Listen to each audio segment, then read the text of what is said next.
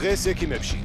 როგორ დავიცვათ თავი კოღოების, ტკიპებისა და ბზიკების ნაკმენებისგან? გეუბნებით მე კოღო მომკლავს თუ მომკლავს. და როგორ მოვიქცეთ თუ გველმა დაგვგესლა? აუცილებლად უნდა მიაკითხოთ თქვენი რაიონული ცენტრის სამედიცინო დაწესებულებას. ექიმები ტვინის შერყევის შესახებ მითებს ამსხვრევენ. ნამდვილში ეს არის გაიგეთ ყველაფერი ცხვირის პლასტიკური ოპერაციების შესახებ. ცხვირი მარტო ფორმად და ზომა არ არის. ცხვირი არის ადამიანის ხასიათი. არა აქვს ამ დროს ასაკს მნიშვნელობა, რაც უფრო მეტ ასაკში გაიკეთებთ, გითხრათ რომ გაახალგაზრდებით დამიჯერეთ. შეარჩიეთ თქვენთვის სასურველი ცხვირის ფორმა ექიმებთან ერთად.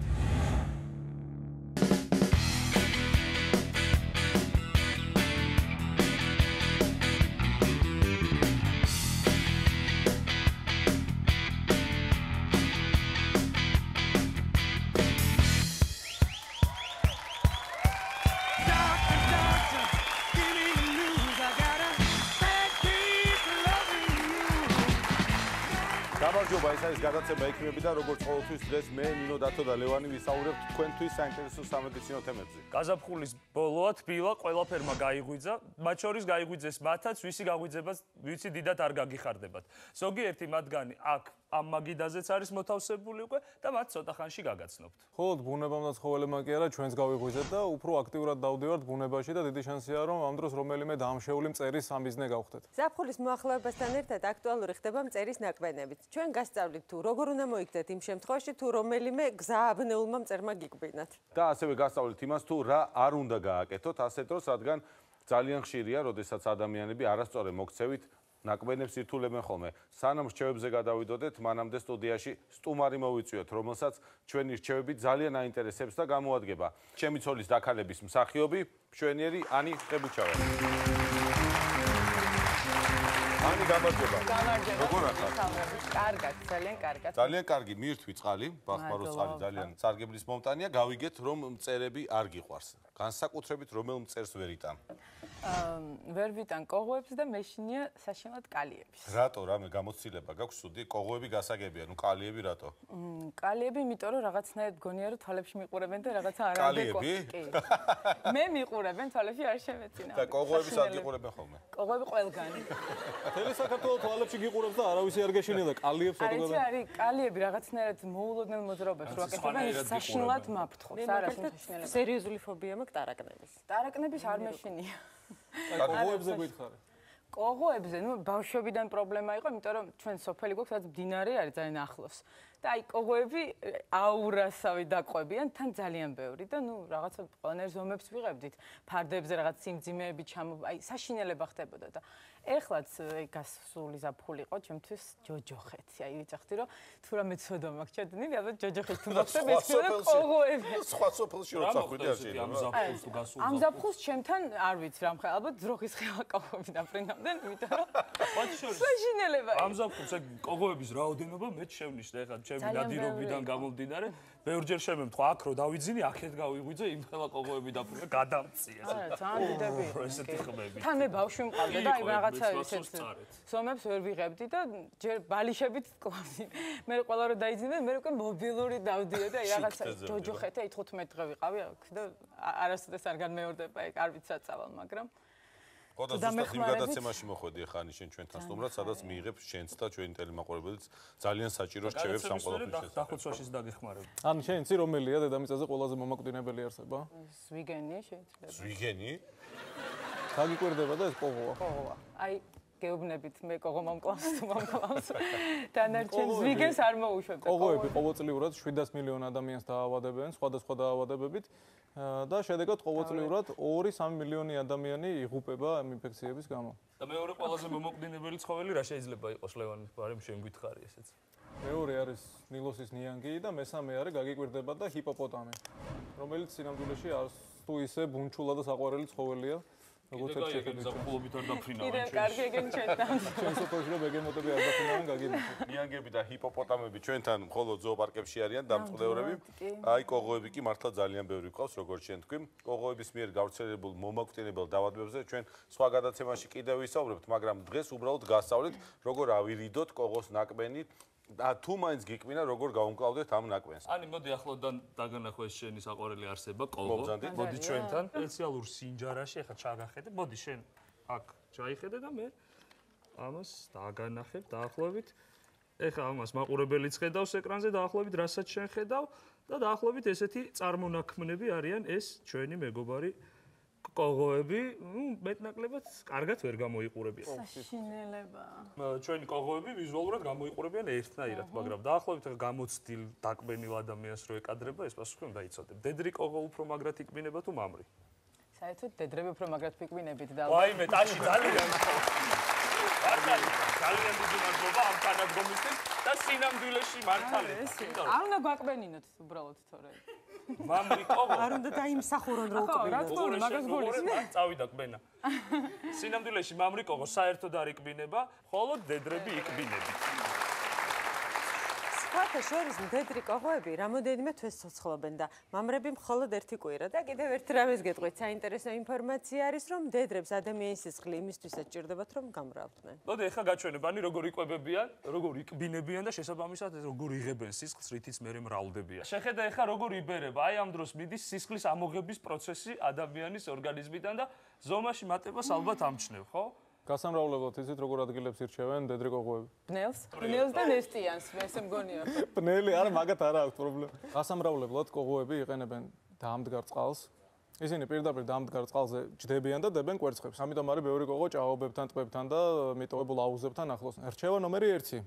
თუ გინდათ რომ კოღოები თქვენ სახლთან არ მომრავლდნენ, მოათვალიერეთ სახლის გარშემო კარგად. ნუ დატოვებთ წყლიან ჭურჭელს ეზოში, სოფლებში ხშირად იციან ხოლმე სახლთან ადროს დადგავენ ხოლმე სათლებს, კასრებს, წყლით სავსეს. გადაღვარეთ წყალი, შეინარჩუნეთ სიმშრალე და თქვენი სახლის გარშემო ნაკლები კოღო იქნება. თუმცა მიუხედავად ამ წესისა, კოღოს ნაკბენის სამიზნე შეიძლება მაინც გავხდეთ. ისინი განსაკუთრებით აქტიურდებიან, აგრესიულად იკბინებიან გამთენისას და შებინდებისას, ასე რომ თუ ამ დროს გარეთ გასვლას აპირებთ, ჩაიცვით გრძელი შარვალი და გრძელმკლავიანი სამოსი, ესეც მეორე რჩევა. კიდევ ერთი საინტერესო რჩევა ის არის, რომ ტანსაცმელი თურმე ჯობია იყოს ნეიტრალური ფერის და ყვავილებიანი ნახატების გარეშე.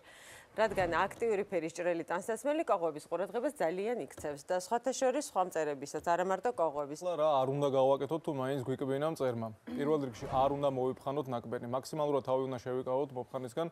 ზოგი ძალიან აქტიურად იფხანს ხოლმე დასისხლიანებული დადის, მე ნაწიბურების კი რჩებათ ხოლმე. თან ამ დროს შეიძლება ინფექცია შეიჭრას განში, ეს შემდგომში დიდ პრობლემად გადაიქცეს, ასე რომ არ უნდა მოვიფხანოთ, თავი შეკავება ძალიან ძნელია, როცა დაკბენილი ხარ, მაგრამ არა ფხანას. წარმოუდგენელია. არა ფხანას. მოდი ახლა მე გეტყვით თუ რა უნდა გქნათ იმ შემთხვევაში თუ მოფხავნისგან თავის შეკავება არ შეგიძლიათ, მოგცემთ რჩევებს. პირველი, უნდა ჩამოიბანოთ ნაკბენი აუცილებლად საპნით და წყლით.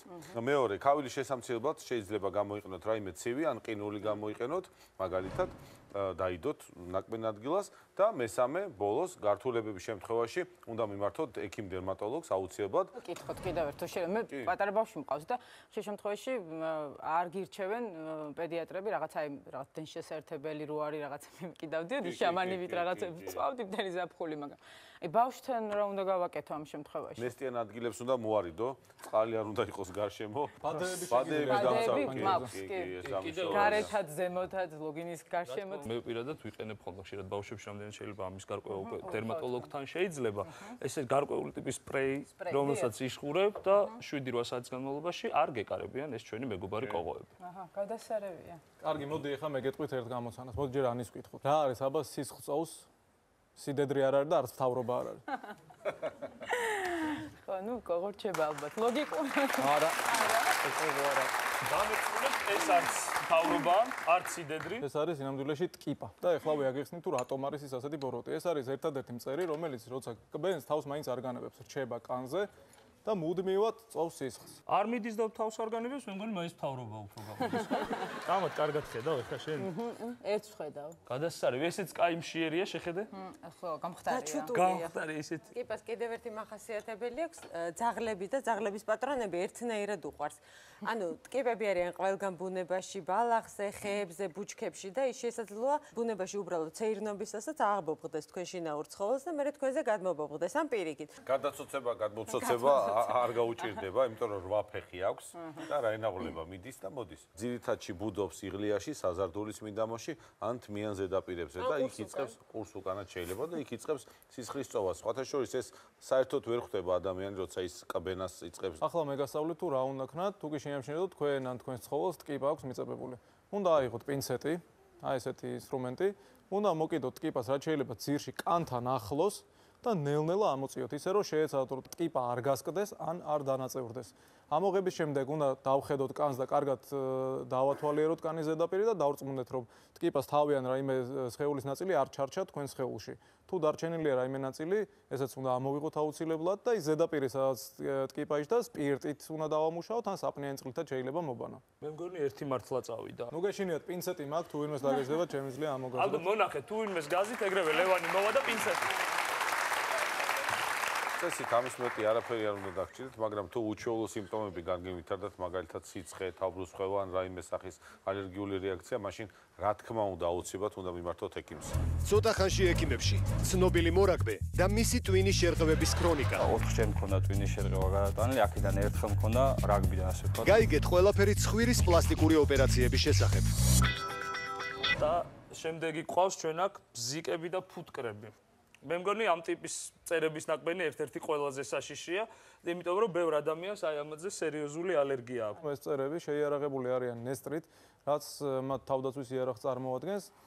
ნესტარი კი მომწავლელ ნივთიერებას შეიცავს. ბზიკებს ერთ შეტევაზე შეუძლიათ რამდენჯერმე შეიყვანონ ეს შხამი ორგანიზმში, ფუტკრის შემთხვევაში კი პირველივე კბენისთანავე ნესტარი კანში რჩება და მხოლოდ ერთხელ შეუძლიათ უკბინონ. ადამიანების უმრავლესობას ფუტკრის ან ბზიკის კბენის შემთხვევაში ძალიან მსუბუქი სიმპტომები აღინიშნება. ესენია მაგალითად ტკივილი, შეწითლება, შესიება და წვის შეგრძნება ნაკბენ არეში. რაც რამდენიმე საათში ზოგჯერ თავისითაც გაივლის ხოლმე. და რა უნდა ვქნათ ასეთ დროს? პირველ რიგში აუცილებელია ნაკბენი ადგილი წყლით და საპნით დავიბანოთ და დავიმუშავოთ, რომ რაც შეიძლება მეტი შხამი მოვიცილოთ ზედაპირიდან. შემდეგ დაიდეთ ისე ყინული იმისათვის, რომ შეშუპება და ტკივილი ჩაქრეს და ეცადეთ, რომ დაზიანებული არე იქონიოთ სუფთად, ანუ არ უნდა იყოს დაბინძურებული და მორიდებული უნდა იყოს გარემოს. ამისათვის შეიძლება ნახევრის კი გამოიყენოთ. თუმცა კოტე საქმე ყოველთვის ასე მარტივად არ არის. ვთქვათ, რომ აღმოჩნდით იმ ძალიან უიღბლო 3%-ს შორის, ვისაც ფუტკრისა და ბზიკის ნაკბენი ძალიან სერიოზულ პრობლემებს უქმნის. რას უნდა ველოდოთ ასეთ დროს? ასეთ დროს მოსალოდნელია რომ სახე ტუჩები და ზემო სასუნთქი გზები შეგვიშუპდეს, მოგვექაოს მთელი ტანი, ის ნაწილებიც კი სადაც ნაკბენი არ გვაქვს, შესაძლებელია გაძნელდეს სუნთქვა. მოკლედ ძალიან ცუდ მდგომარეობაში შეიძლება ჩავარდეთ. ანაფილაქსიური რეაქცია ეწოდება ამ ყველაფერს. როგორც წესი, ისეთ ადამიანებს, რომელსაც ესეთი ძლიერი ალერგიული რეაქცია აქვთ ამ ნაკბენზე, იციან ხოლმე წინასწარ და მომარაგებული აქვს სპეციალური პრეპარატები, რომელიც ასეთ დროს გამოიყენება. თუმცა თუ თქვენ პირველად გაქვთ ასეთი შემთხვევა, ნუ დაიბნევით, დროს ნუ დაკარგავთ და სასწრაფოდ მიმართეთ ექიმს. თუმცა მომხდარა ისეთი ფაქტები, როდესაც ვერ ასწრებენ მიმართვას და იმენ სწრაფად ხდება დგება სიკვდილი და ადგილს აქვს მნიშვნელობა ერთ ძალიან ჩემი მეგობარი გარდაიცვალა ესეთი ფაქტით, რომელსაც კისერში უკბინა ზედას ჩაცმის დროს. 15 წუთში ვიყო უკვე გარდაცვალება. გონი ცოტა შევაშინეთ ჩვენი მაყურებელი, მაგრამ არა უშავს სამაგიეროდ უფრო ფრთხილად იქნებით. და ბოლოსთვის შემოვინახეთ ის ხოველი, რომელსაც ყველაზე მეტად ეშინიათ ადამიანებს. 1, 2 და 3. ეს არის ვაშა. იურზა. ეს არის გველი.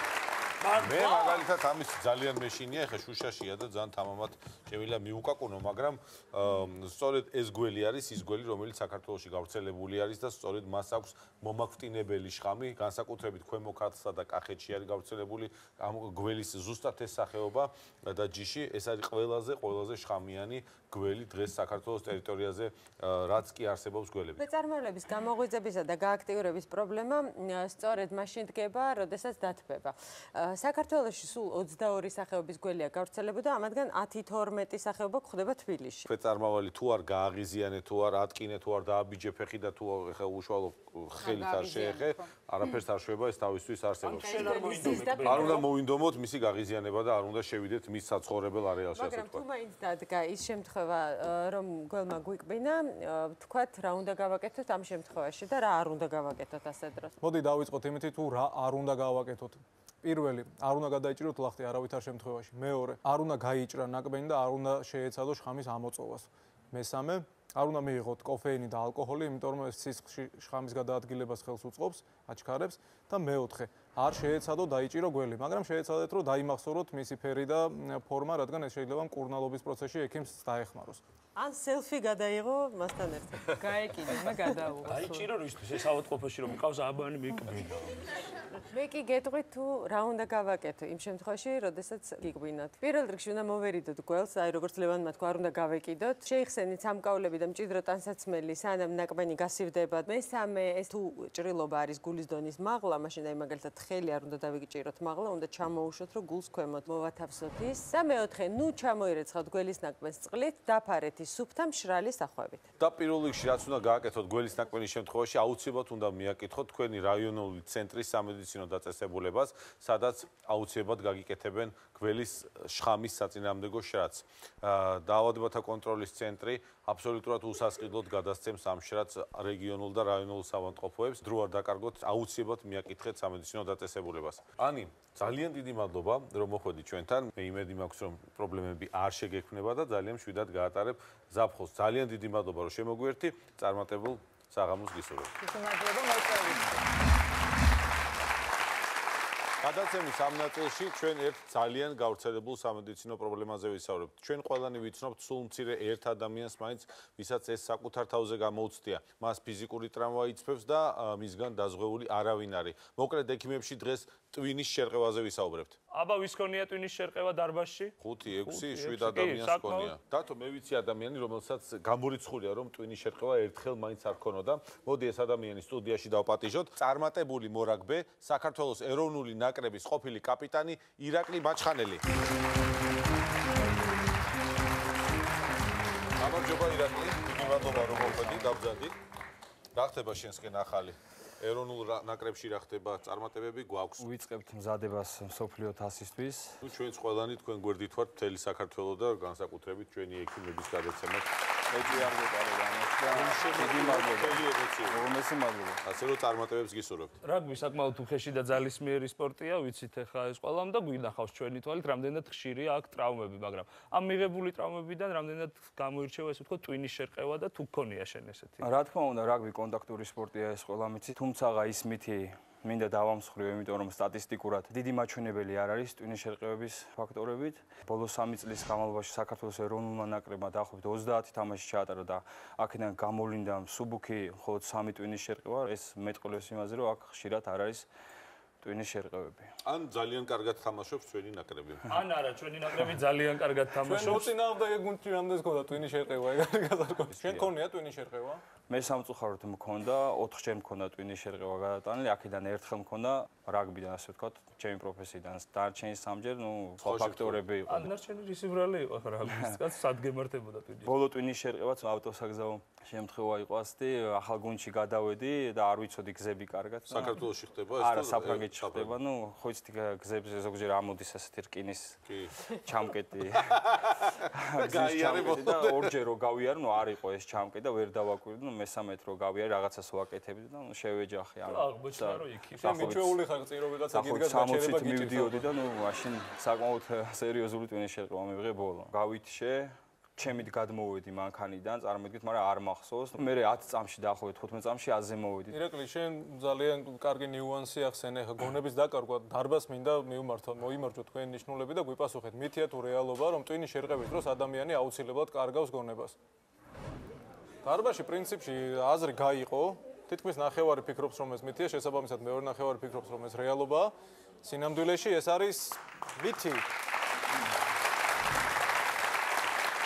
ზოგს გონია ტვინის შერყევას თან ახლავს აუცილებლად გონების დაკარგვა, მაგრამ ეს ყოველთვის ასე არ ხდება.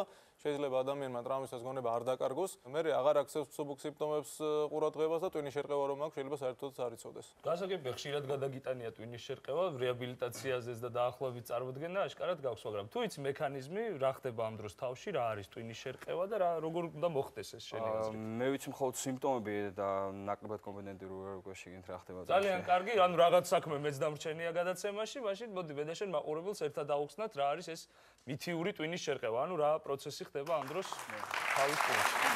ამჟამად შეგამისდეთ აი აქ გვაქვს ჩვენ თავის ქალა, ტვინის მულაჟი და ესეც თავის ქალა უბრალოდ გახსნილი ნაწილი, სადაც ტვინი კარგად ჩანს. და აი ამ მულაჟების მოწოდებისთვის ძალიან დიდი მადლობა მინდა გადავუხადო საქართველოს უნივერსიტეტს. ეხლა რაში გამოგვადგება ეს მულაჟები, მე და შენ რო აუხსნათ მაყურებელს ტვინის შერყევის მექანიზმი. ტვინის შერყევა არის თავის ტვინის ტრავმა. თავის ტვინის ნაწილი მე შემიძლია ეხლა აქედან ამოვიღო და გაჩვენოთ. მექანიზმი აქ არის ერთადერთი, მხოლოდ აუცილებელია ძლიერი ტრავმა, დარტყმა ან ძლიერი შენჯღრევა თავის ქალის, რის შედეგადაც თავის ქალის შიგნით ტვინი შეირყევა, ანუ ეს ნაწილი მიჭირავს ახლა მე ხელში. თავის ტვინი არის ადამიანის ერთ-ერთი საკმაოდ გამორჩეული რბილი ნაზი ორგანო, რომელსაც გარშემო აკლავს ეგრეთ წოდებული თავზურგტვინის სითხე.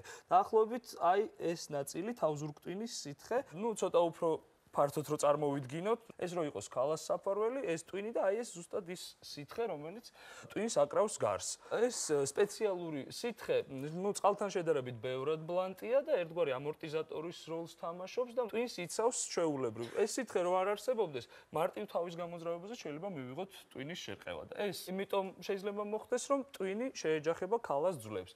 ეს ხო ჩვეულებრივ ყოველდღიურ მოძრაობაში მარტივ დარტყმებზე ნამდვილად არ ხდება და სწორედ ამაზე პასუხისმგებელია ეს თავზურგტვინის სითხე. ანუ ასე ვთქვათ, დამცავი არის ეს. აბსოლუტურად სწორი ხარ, ეს არის გარკვეულწილად დამცავი, მაგრამ არც ისეთი ძლიერი, როგორიც შენ ხარ და ჩვენი ბიჭები არიან. ძლიერი შეჯახებისას შეიძლება მაინც მოხდეს ტვინის გადაადგილება და მისი ქსოვილის გარკვეული ნაწილი შეიძლება მიეჯახოს თავის ქალას, დაზიანდეს კაპილარული ნაწილი, აი დაახლოებით ეს ისე რომ წარმოვიდგინოთ, ან ერთი ნაწილი კი არა, უფრო დიდი ფართობი და შესაბამისად სისხლძარღვოვანი დაზიანებაც უფრო მეტი იქნება და გამოვლენებაც უფრო მწვავე. ზუსტად ეს არის ტვინის შერყევის ხარისხის გამსაზღვრელი, თუ რამდენად დიდი მოცულობით შეიჭღრა ტვინი, ასე ვთქვათ.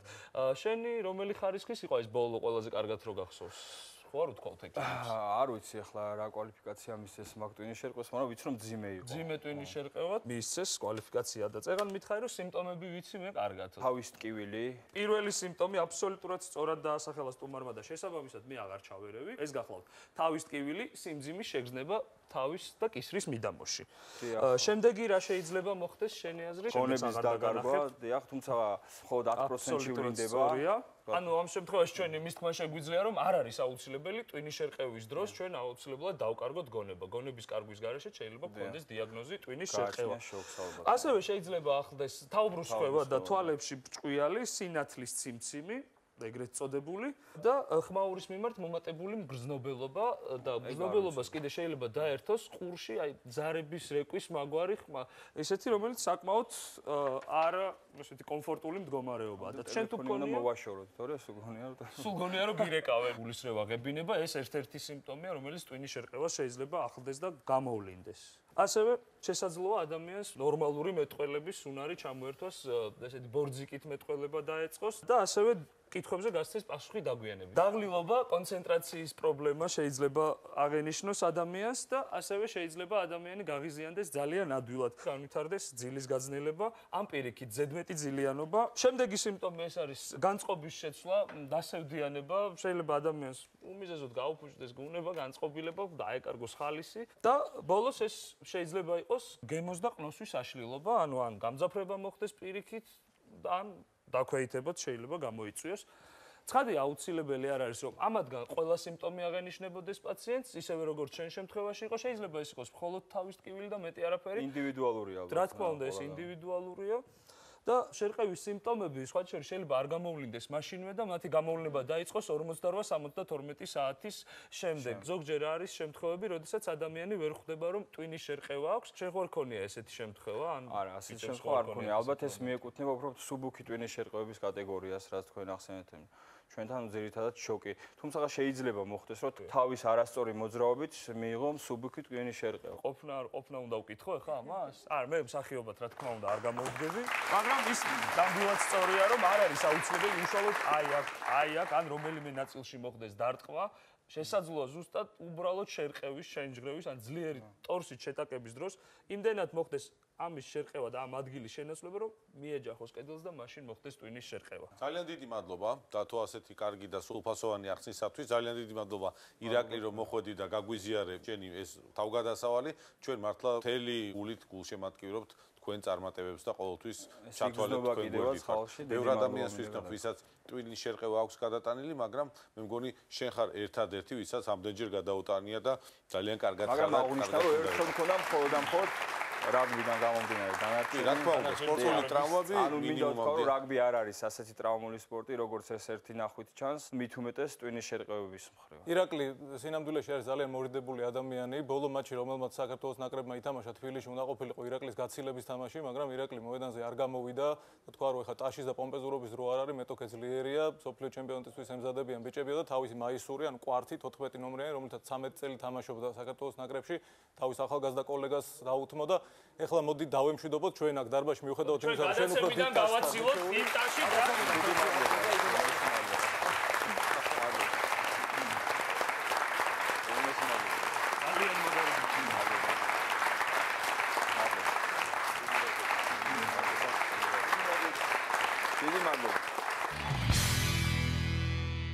ახლა კი რჩევებს პროფესიონალისგან მოვისმენთ, თუ როგორ ხდება ტვინის შერყევის დიაგნოსტიკა და შემდგომ მისი მკურნალობა.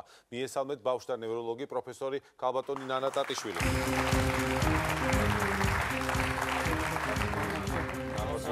დიდი მადლობა რომ მოხვედით ჩვენ გადაცემაში.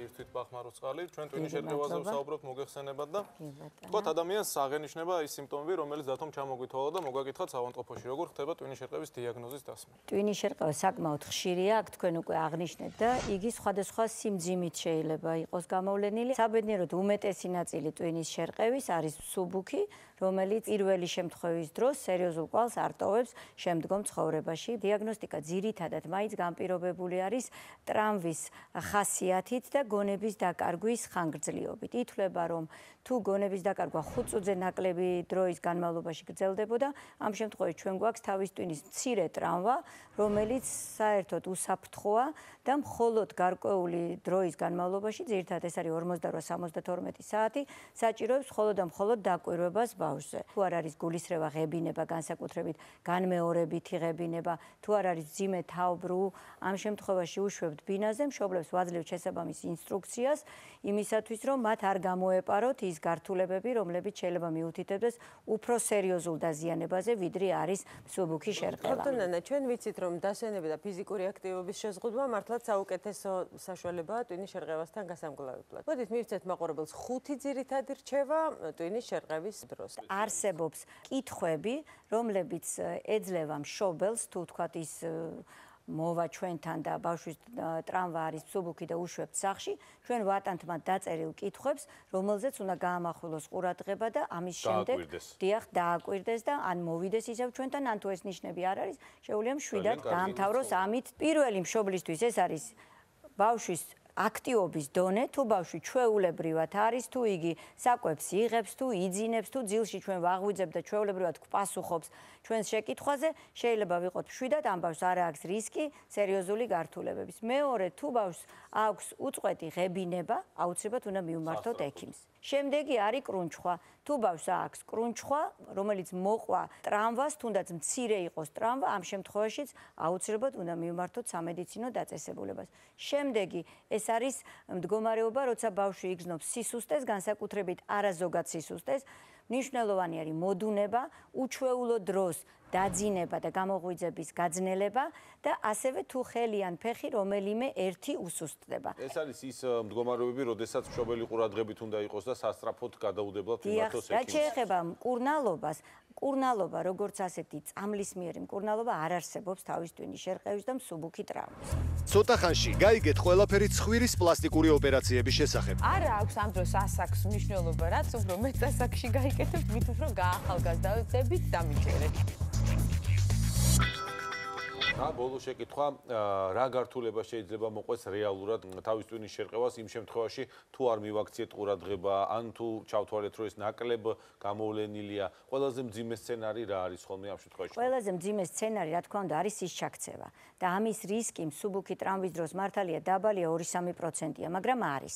და სწორედ აი ეს ყველა რჩევები, რაც ჩვენ მივეცით მშობელს, არის პირველი ნიშნები თავის ტვინში სისხლს ჩაქცევის და აუცილებლად მაშინვე დროულად უნდა მიმართოს ექიმს. მეორე რაც აუცილებლად უნდა ვიცოდეთ, რომ შეიძლება ბავშვს ჰქონდეს 6 თვის მანძილზე თავის ტკივილი, ცოტა გულისრევის შეგრძნება, პერიოდულად თაუბრუ, დიახ, ადვილად დაღლილობა ან ადვილად აგზნებადობა, ნუ შეგვეშინდება თუ ეს არის პირველი მცირე ტრავმა 6 თვეში სრულად უკვე განვითარდება. და ბოლოს კიდევ ერთი მითი მინდა დავამსხვრიო, ხშირად გონიათ ადამიანებს, რომ აი ეს ჩაფხუტი, რომელსაც ახლა მე დავიხურავდეთ, ჩემი საკუთარი ჩაფხუტი ეს ვაჩორის, ეს თქვენ გადაგარჩენთ თავის ტვინის შერყევისგან. არავითარ შემთხვევაში თავის ჩაფხუტი თავის ტვინის შერყევისგან დამცავი საშუალება არ არის, რადგან ტვინის შერყევა ვითარდება არა თავის გარეგანი დაზიანებით, თუმცა მაგ დროსაც ვითარდება, არამედ იმ დროს, როდესაც თავის ტვინის შიგნიდან ზეწოლას, ანუ დარტყმას განიცდის თავის ქალას ძვლოვან ნაწილზე.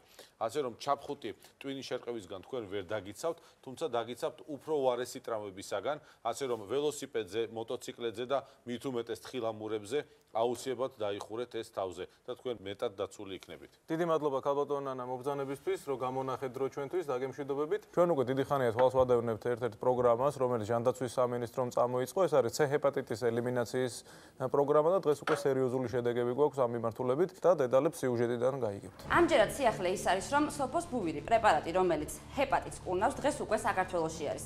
რამდენიმე დღის წინ ჩატარდა პირველი კომისია, სადაც შეირჩა 30-ზე მეტი პაციენტი, რომელსაც აქვს C ჰეპატიტი.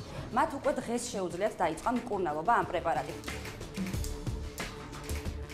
პირველ რიგში დიდი მადლობელი ვარ, რომ ჟანდაცვის სამინისტროსი ესეთი პროგრამა შემოიღო და დარწმუნებული ვარ, რომ ალბათ განვიკურნები და შემომიერთნეს უყოლანი, ვისაც აქვს C ჰეპატიტი. ძალიან ამაღელებელი პროცესია, ამიტომ რომ ეს ადამიანები ძალიან დიდი ხნის განმავლობაში ელოდნენ ამას და პრაქტიკულად ბევრს არ ჯეროდა, რომ ეს პროცესი დაიწყებოდა, მაგრამ უკვე დაიწყო და ასევე წარმატებით გაგრძელდება, დარწმუნებული ვარ. პაციენტები ხალხს ეწევენ ხელშეკრულებას, დაწესებულებასთან და სოციალური მომსახურების სააგენტოსთან. ეს ხელშეკრულება ითვალისწინებს უსაფრთხოების მექანიზმებს, თუ როგორ უნდა გაუფრთხილდნენ ისინი ამ მედიკამენტს, თუ რა პერიოდულობით უნდა მიიღონ, რომ ყოველ 2 კვირაში უნდა მოვიდნენ და გადაამოწმონ ეს მედიკამენტი სამედიცინო პერსონალის თანდასწრებით და ასევე მომდენო ბოთლის დასაღებად უნდა მოვიდნენ და ჩააბარონ ცარიელი წინა ბოთლი. ნუ ეს მექანიზმები ყველაფერი ესე ვთქვათ მოქმედებს იმაზე, რომ დაცული იყოს უსაფრთხოება. გადაცემის ამ ნაწილის წარდგენას მე ვერ გავაკეთებ, ჩემაგვირად ვინმე უნდა აიღოთ ეს თავზე. მე ავიღებ ამ ყველაფერს ჩემს თავზე, მზად ხარ? ჯერ არა. აი ხარ მზად. კარგად შედი, ჩანხარ. მაშ ასე ექიმებში სტუმრად არიან კლინიკა კარაფსმედლაინის პლასტიკური ქირურგიის განყოფილების ხელმძღვანელი ბატონი ალექსანდრე კალანტაროვი და კარაფსმედლაინის პლასტიკური ქირურგი ბატონი კონსტანტინე მათითაშვილი.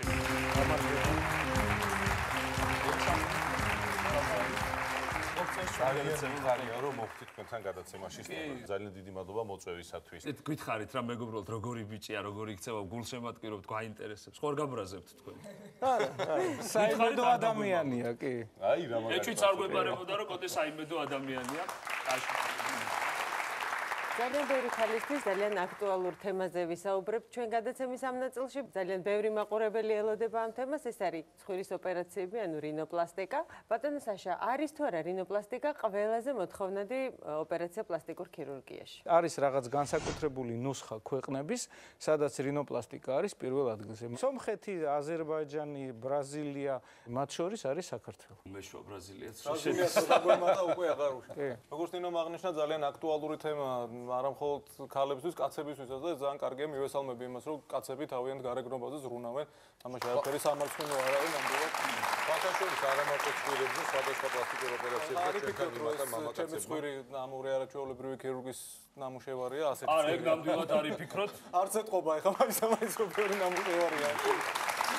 ეს თემა რომ აქტუალურია, ამაზე ისიც მეტყველებს, რომ Facebook-ზე ძალიან ხშირად მოგდის ხოლმე შეკითხვები. მე ეს კითხვები შევაგროვე და ეხლა გადმოგცემ თქვენ, აი ბატონო ალექსანდრე, ეს თქვენ.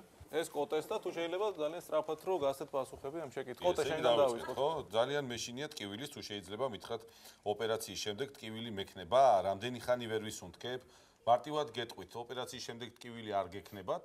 ცოტა ხანი ვერ ისუნთქებთ, წვირის სუნთქვაზეა საუბარი, ბუნებრივია, სამაგიეროდ შემდგომ იქნებით ახალი, ლამაზი და ყველანაირად მისაღები თქვენთვის ისე რომ მაგაზე არ იფიქროთ. შემდეგი კითხვა თქვენია. ვარ 14 წლის და მაინტერესებს შეიძლება თუ არა ცხვირის ოპერაცია გავიკეთო. პრინციპში კი თუ ზრდა დამთავრებული გაქვთ, ანუ უკეთესია რომ მობრძანდეთ თქვენ ჩვენთან კონსულტაციაზე და ზუსტად გაიგებთ. ისე პირობითად ითვლება რომ 16 წლის მერე უკვე შეიძლება ცხვირის ოპერაცია რომ გაიკეთოთ. შემდეგი შეკითხვა არის, ესე იგი, ოპერაციიდან რამდენ ხანში შევძლებ სამსახურში გასვლას და მუშაობას, გარუჯვას, ცურვას და პარტნიორთან სექსით დაკავებას.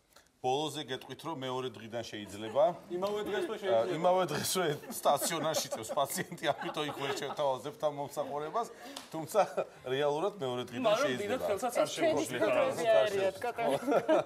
რაც შეეხება ჩვეულებრივ ცხოვრების რეჟიმს, ჩვენთან გაკეთებული ოპერაციების შემდგომ, როდესაც კეთდება ყველაფერი იმ კანონების დაცვით, როგორც უნდა გაკეთდეს, ზუსტად 2 კვირაში მაქსიმუმ ან მინიმუმ 1 კვირაში ადამიანი ჩვეულ სამუშაო რეჟიმს უბრუნდება და რაც შეეხება ფიზიკურ აქტივობას, როგორც არის ცურვა, სპორტი, ვარჯიში, ნებისმიერი დატვირთვა ზუსტად 1 თვეში შეიძლება დაიწყოს ადამიანმა ჩვეულებრივი ცხოვრება. ძირითადად ეს სამი შეზღუდვა, ეს არის რუჯი, 3 თვის განმავლობაში არ არის რეკომენდებული, მეორე ეს არის სათვალის რომელიც ზეწოლას იწვევს ცხვრის ზოლო ნაწილზე და არ არის ასევე რეკომენდებული და მაღალი ტემპერატურული საუნის მიღება. ეს არის ის მინიმუმი, რაც პრინციპში სექსი შეგიძლიათ მეორე დღესვე დაიწყოთ. და სექსი ფიზიკური აქტივობა აღარ არის? ნუ რაჩნია, როგორ დაიტვირთება ადამიანი. მაიზამეს ცხვირზე არ უნდა წაალოს ხელებათა, რანაჩენი შეიძლება. შემდეგი შეკითხვა აინტერესებთ გამიგია რომ არსებობს დახურული და ღია წესი ოპერაციების. მაინტერესებს რომელს უკეთესი შედეგი აქვს. საინტერესო შეკითხვა. დღეს მიღებულია რომ დახურული წესით კეთდება ის ოპერაციები, როცა საჭიროა მინიმალური ცვლილების მიღწევა ცხვირზე და ღია წესით კეთდება უფრო რთული ოპერაციები, როცა რადიკალურად იცვლება ცხვირის ფორმა. კავკასიური ტიპის ცხვირები კეთდება ღია მიდგომით და ევროპული ტიპის ცხვირები კეთდება დახურული მეთოდით, ანუ სტატისტიკურად. რა თქმა უნდა, მეთოდს აქვს ჩვენება. ეს არის ღია მეთოდიკა, როდესაც ცხვირის მფარავი კანი იხსნება და ვიზუალური კონტროლის ქვეშ ქირურგი ახორციელებს ძალიან დეტალურად თითოეულ მოძრაობას, რის შედეგადაც კარგად ზუსტად გააზრებული შედეგი შეიძლება იქნეს მიღებული. მეორე შემთხვევაში, რაც ბატონმა ალექსანდრემ ახსენა, ეს არის ევროპული ტიპის ცხვირები, სადაც დიდი ჩარევა არ არის აუცილებელი, ზედმეტი განაკვეთი არსად არ ტარდება და მხოლოდ შიგნიდან მცირედი განაკვეთებიდან ხდება ამ პროცედურის დასრულება. თუმცა ისევ და ისევ აღნიშნავთ, რომ კავკასიური ტიპის ცხვირებში ყოველთვის რეკომენდებულია ღია რინოპლასტიკის წარმოება და ამისი ნუ შეგეშინდებათ. მაინტერესებს არსებობს თუ არა, აი ცხვირის ფორმასთან დაკავშირებით რაიმე ტენდენცია ან ეს დროსთან ერთად თუ იცვლება. მე ადრე მახსოვს, რომ ყველას უნდოდა რომ ძალიან პატარა და აპრეხილი ესეთი სლავური ტიპის ცხვირი უნდა თქონოდათ. ეხლაც ასია ტენდენცია არსებობს. ზოგს სურვილად აქვს ბუნებრიობის შენარჩუნება, ზოგს პირიქით უყვარს რადიკალური ცვლილება სახეში. ცხვირი მარტო ფორმა და ზომა არ არის. ცხვირი არის ადამიანის ხასიათი. ხასიათი ეცვლებათ პაციენტებს იმის მერე რომ გაიკეთებენ ცხვირის ოპერაციას და ბედნიერები ხდებიან და ცხოვრების ხალისი იცვლება. უპირობო მიდგომა ასეთი რომ ადამიანს დაუკმაყოფილოთ ზუსტად ის სურვილი, რაც მას აქვს. არანაირი სტანდარტი პლასტიკურ ქირურგიაში არ არსებობს. პაციენტმა უნდა იცოდეს თვითონ რა უნდა. პაციენტი უნდა იყოს კმაყოფილი შედეგით. კმაყოფილობა შედეგით რას ნიშნავს? აი სავარაუდო წინა საოპერაციო გეგმა, ანუ სავარაუდო შედეგი მაქსიმალურად მიახლოვებული უნდა იყოს რეალობასთან.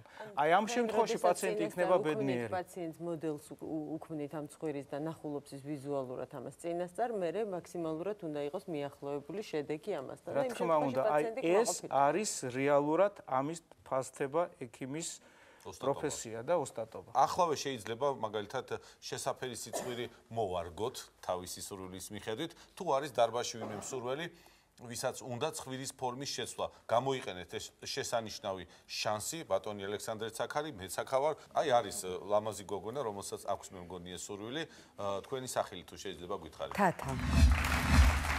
თათა, ძალიან დიდი მადლობა, რომ საჯაროდ გაბედე და გადმოხვედი ჩვენთან და განაცხადე რომ გინდა ცხვირის ფორმის შეცვლა. ახლა რომ გაჩვენოთ თუ რა შეიძლება და როგორ შეიძლება შეიცვალოს შენი ცხვირის ფორმა, მე ერთი ფოტოსურათი უნდა გადაგიღო და მე კიდე სურპრიზებსაც გაჩვენებთ, ხო? მოდი წამომყევი, თუ შეიძლება აი აქ დადექი, აი ესე დადექი, ეს თმა გადავიწიოთ ყურს უკან. საერთოდ არ იფიქრო შენ ცხვირზე ახლა. ერთი ფოტო გადავიღეთ და მოდი ახლა ამ ყველაფერს გადავიტან კომპიუტერში და მე ჩვენ მაყურებელს ერთად ვაჩვენოთ თუ რა შეიძლება გაკეთდეს შენთან. ბატონო ალექსანდრე, ესეთ შემთხვევაში, როდესაც პაციენტი მოდის და მოდელი მუშავდება თანამედროვე შევთანხმდებით რა ცხვირი როგორი ფორმის, რა ინფორმაცია უნდა ავიღოთ პაციენტისგან? პირველ რიგში ალბათ თქვენ გაინტერესებთ ზოგადად რა პირობებში კეთდება ოპერაცია. დიახ, ზუსტად. ანუ ნებისმიერი ოპერაცია პლასტიკურ ქირურგიაში და მათ შორის ცხვირის ოპერაციები კეთდება ზოგადი გაუთკივარებით. ეს ნიშნავს იმას, რომ თქვენ არანაირი შეგრძნება, არც ტკივილი, არც ცუდი ემოცია არ გექნებათ. თქვენ გძინავთ ოპერაციის დროს და იღვიძებთ 5 წუთში ოპერაციის შემდეგ. მაინტერესებს თუ ჭირდება ნაოპერაციებ ცხვირს რაიმე განსაკუთრებული მოვლა. რა თქმა უნდა, მოვლა ცხვირს ჭირდება მოფერება. პირველი 3 თვის განმავლობაში უხეშად შემთხვევით არც თქვენ, არც ოჯახის წევრმა, არც მეგობარმა არ უნდა შეეხოს თქვენ ცხვირს. მე მზად ვარ იმისათვის, რომ ვუმასპინძლო ჩვენ თამამ სტუმარს, მოდი ჩემთან თათა თუ შეიძლება და ახლა მოდი ეკრანზე შეხედე უკვე, აი შენი 1, 2, 3, 4 და 5 სხვადასხვა ვერსია ცხვირის. 5-ვეს აქვს სხვადასხვა პატარა დეტალი. პირველი ბუნებრივი არის შენი არსებული რეალობა, რომელი არ მოგწონს და რომელი მოგწონს. ჯერ გამოვრიცხოთ ის, რომელიც არ მოგწონს. თითქოს გავს ყველა ერთმანეთს. კი, მე ცვლილებებსაც გაჩვენებ აუცილებლად. ძალიან კარგია ყველა. იმ პირველს ჯობს. იმიტომაც დგეხარ აქ. ეს უფრო არა, ეს ხომ ჩემია. დიახ. ეს ძალიან გავს. არც ეს ან ეს, იმიტომ რომ ესეც ძალიან პატარა. ანუ შენ უფრო შეარჩიე ბოლოდან მეორე და მესამე ვერსიები. მოკლედ ჩვენ ის ორი რომელიც შენ არ მოგეწონა უკვე დავხურეთ და დაგვჭა უფრო ორი რეალისტური ვერსია. ამ ორიდან რომელი მოგწონს? აი ეს. ეს, კარგი. ეს არის ის ცხვირი, რომელიც შეიძლება შენ გქონდეს თუ გადაწყვეტ ოპერაციის გაკეთებას ჩვენთან. მოფიქრებული გააქვს? მე მგონი კი, იმიტომ რომ ესეთი ექსკლუზივი ჯერ არავის არ შეგვიძლია. ბევრს ამის აღიარება უჭირს, რომ რაღაცა ცვლილების შეტანის სურვილი აქვს თავის გარეგნობაში, არა და რიში შეცვლაც გინდა, ის აუცილებლად უნდა შეცვალო. ძალიან დიდი მადლობა და გელოდებით. თქვენც ნახვამდის. როდესაც შენი თავი მოგწონს, ეს მეტ თავდაჯერებულობას გმატებს და ამის ძალიან კარგი მაგალითები არიან ჩვენი ყოფილი პაციენტები, რომლებმაც თავიანთი ცხვირის ფორმა შეცვალეს, ცხოვრებაც გალამაზდა და ძალიან კმაყოფილები არიან ამით. გთხოვთ მიესალმოთ თათოს, მარის და თეას. გამარჯობა გოგონებო. ძალიან დიდი მადლობა. ბატონი ალექსანდრე კალანტაროვის შემოქმედება ახალი, ლამაზი, ესთეტიურად, ყველანაირად მისაღები ჩვენი თეა. გთხოვთ დაგვენახოთ. მეორე მარიკა და მესამე თათო.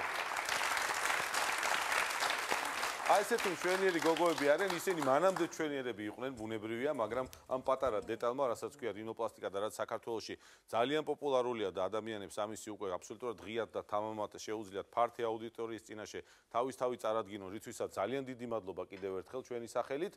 რა იყო ყველაზე მთავარი და რა შეიცვალა შენ ცხოვრებაში, მარიკა, როდესაც შენ გადადგე ეს ნაბიჯი? ძალიან ბევრი რამე, უფრო მეტად თავდაჯერებული გავხდი. ნამდვილად ეს იყო ძალიან, როგორ გითხრათ, ნდობაზე დამყარებული, იმიტომ რომ რთული იყო ამ ნაბიჯის გადადგმა, თუმცა დღეს მეტად თავდაჯერებული ვარ და მინდა ვთქვა, რომ მეტად გაღიმებული.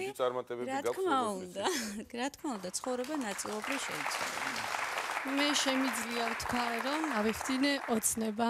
Yes! შეგიძლია დარბაზში გადაინაცვლოთ და კიდევ ერთხელ ძალიან დიდი მადლობა ესეთი სიტამამისათვის. შეგიძლიათ გადაინაცვლოთ დარბაზში. ახლა კიდევ ერთი ძალიან ლამაზი გოგო მინდა დავპატიჟო სტუდიაში, რომელიც აი ასე გამოიყურებოდა ოპერაციამდე და თუ როგორ გამოიყურება ახლა, ამას ახლა ვენახავთ. ჩვენთან სტუმრად არის ტელეწამყვანი უმშვენიერესი ეკო ფანგანი.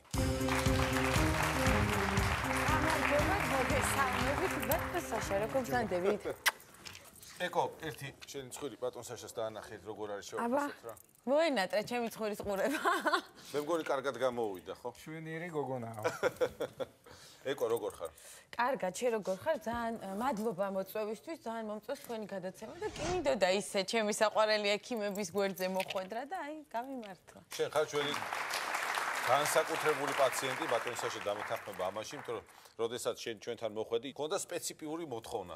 არანაირი პრობლემა არ ქონია მანამდე, ძალიან ლამაზი იყავი მანამდე, მაგრამ რა იყო შენი სტარტი, რამ დაგძრ, რატომ მოხვედი? ყველა მიცით, ვინც ტელევიზიაში მუშაობს, ყველაფერი ცოტა სხვანაირად ჩანს, უფრო მეტად ჩანს, რაც უნდა გამختارიყო, შეიძლება უფრო დიდი ჩანდე და თან რაღაც ისე მიწევდა რაღაც ლაივ შოუები რაღაცები და მარჯვენა პროფილის 3-4-ში რომ იცინოდი არ მომწონდა ცხვირის წვერი. ჯერ დავაპირე ოპერაციის გაკეთება, თქვით, ხა როგორ მივდიოდი ყოველდღე ვეჯექი ესე მთელი დღეები კაბინეტში, არ ვარ ესე მფლადიური პაციენტი. ესე იგი ფოტო არ მქონდა, სადაც ვიცინოდი მარჯვნიდან საერთოდ. მე მგონი კადრშიც არ ვიყავი ეგეთში ნამყოფი და ცხვირის წვერის აწევა მიდო და აი ეს ადგილი არ მომწონდა კონკრეტულად. თას უმეუნებიან აი გიჭირს, უჭირს, როგორია ტამპონები და გიფსი და ესეთი ამბავი მართალია მე არ მქონია, მაგრამ და ფიქრობ, რომ ეს მაინც უფრო რთულად შესასრულებელია, იმიტომ რომ როდესაც სიმაღლე, სიგანე და ყველაფერი ცხვირის რჩება, იმაზე ეს პატარა წვერი ისე დასვა, ჩემი დასკვნა.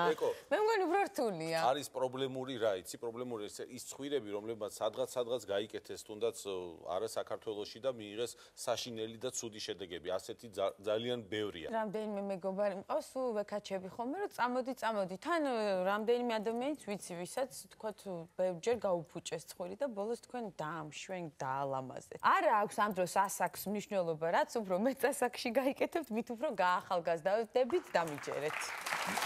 ეკო, ჩვენთან რეკორდი ცხვირის ოპერაციის ასაკში იცი რამდენია?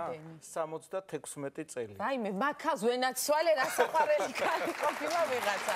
გადასარევით და შეიძლება მოუნდა 74 წლის ასაკში გაკეთება ცხვირს. ანუ გარეგნულად აუცილებლად გაახალგაზრდავდებოდა შესაბამისად შინაგანათაც, ხო? ძალიან დიდი მადლობა ეკოს ჩვენთან მოგზაურობის. ბატონიშას დიდი მადლობა. კოტე ძალიან დიდი მადლობა. იმედია ხშირად გამოგვივლი ხოლმე გადაცემაში გვესტუმრებ. ყოველთვის საინტერესოა შენთან საუბარი. ჩვენ კი ერთი კვირით გემშვიდობებით.